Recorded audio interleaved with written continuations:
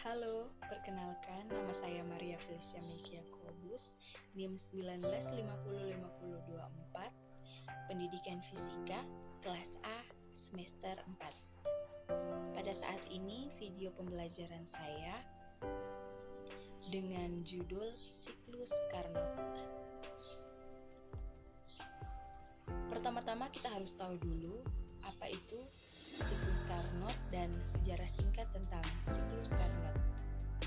Pada tahun 1824, seorang insinyur berkebangsaan Prancis, Nicolas Leonardi Sadi Carnot, memperkenalkan metode baru untuk meningkatkan efisiensi suatu mesin berdasarkan siklus usaha. Metode efisiensi Sadi Carnot selanjutnya dikenal sebagai siklus Carnot. Nah, pengertian dari siklus Carnot. Siklus Carnot itu merupakan suatu siklus termodinamika yang melibatkan proses isotermal, isobarik, dan isoforik.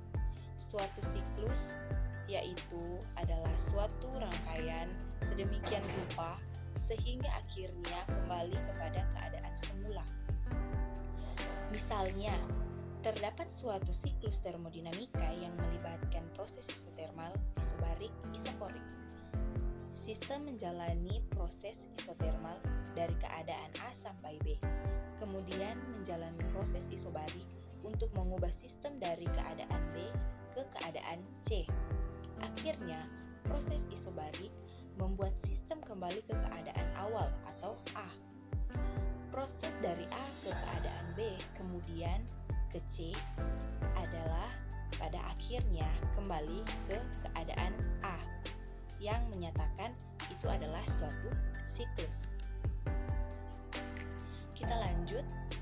Apabila siklus tersebut berlangsung terus-menerus, kalor yang diberikan dapat diubah menjadi usaha mekanik, tetapi tidak semua kalor dapat diubah menjadi usaha mekanik. Kalor yang dapat diubah menjadi usaha mekanik hanya pada bagian yang diarsir saja. Jadi pada bagian yang diarsir, A, B, C, A itu bisa diubah menjadi usaha.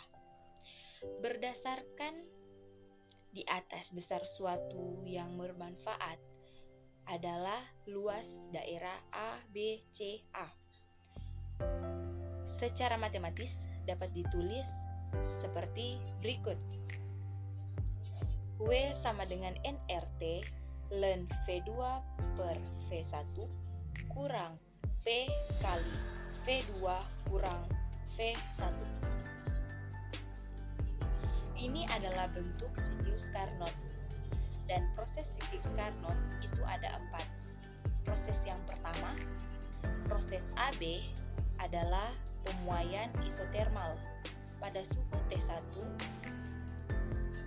Pada proses ini, sistem menyerap kalor Q1 dari reservoir bersuhu tinggi T1 dan melakukan usaha WAB.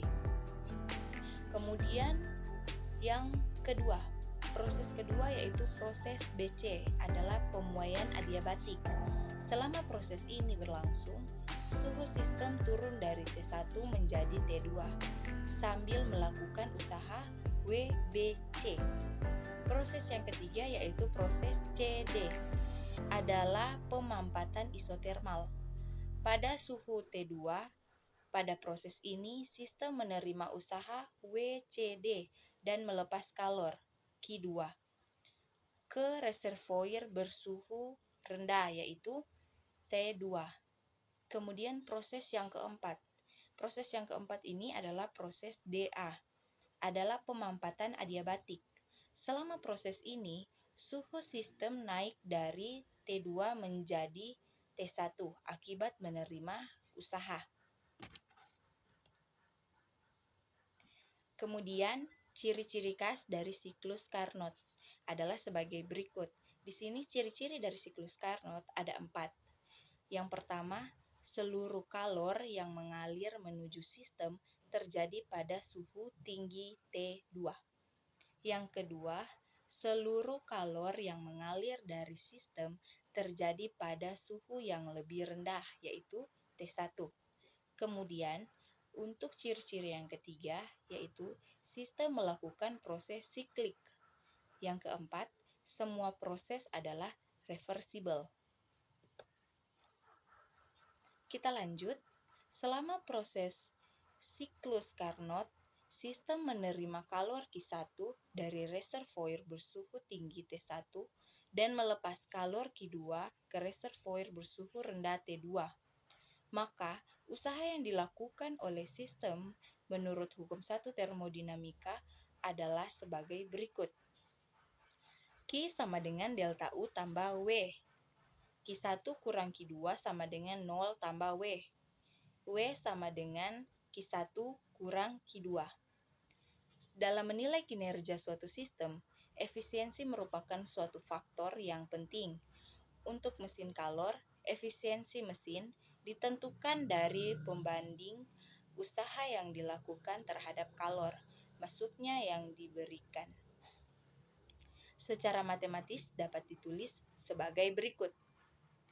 Efisiensi sama dengan W per Q1 kali 100%, sama dengan Q1 kurang Q2 per Q1 kali 100%, sama dengan 1 kurang Q2 per Q1 kali 100%. Selanjutnya, untuk siklus Carnot berlaku hubungan, sehingga efisiensi mesin Carnot dapat dinyatakan sebagai berikut. Efisiensi sama dengan 1 kurang T2 per T1 kali 100%. Itu adalah keterangannya yang berada pada di bawah ini. Ada efisiensi T1, T2, di mana T1 itu adalah suhu reservoir bersuhu tinggi Kelvin, T2 suhu reservoir bersuhu rendah, yaitu dengan satuan Kelvin. Di sini saya ada contoh soal. Sebuah mesin Carnot bekerja di antara dua reservoir panas 487 derajat Celcius dan reservoir dingin 107 derajat Celcius.